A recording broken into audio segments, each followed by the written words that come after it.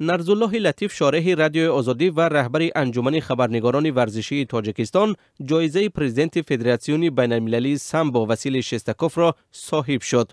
محمود عبدالله معاون اول رئیس اتحاد سامبوی آسیا روز 16 نوامبر به رادیو آزادی گفت این جایزه را برای مهارت عالی کسبی و سهم نرزالله لطیف در معروفیت سامبو در جهان سپردند.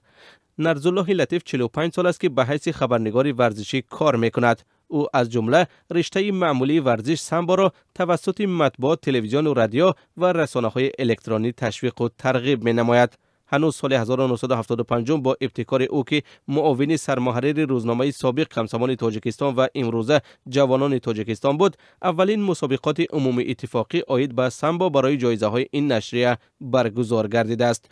او 42 سال مقدم درباره پیروزی سید مومن رحیموف، اولین قهرمان جهان از تاجیکستان در رشته سامبو در شهر مینسک بلاروس، توسط تلویزیون و رادیو و مطبوعات به مردم تاجیک پیغام رسانده است و اینک بعد 42 سال پیروزی سید مومن رحیموف، شارح ورزش نرزالله لطیف نخستین شده درباره دستاورد بزرگ گشتگیری جوان تاجیک بهروز خواجه‌زاده در مسابقات قهرمانی سامبو جهان در سوچی توسط وبسایت رادیو آزادی خبر داد.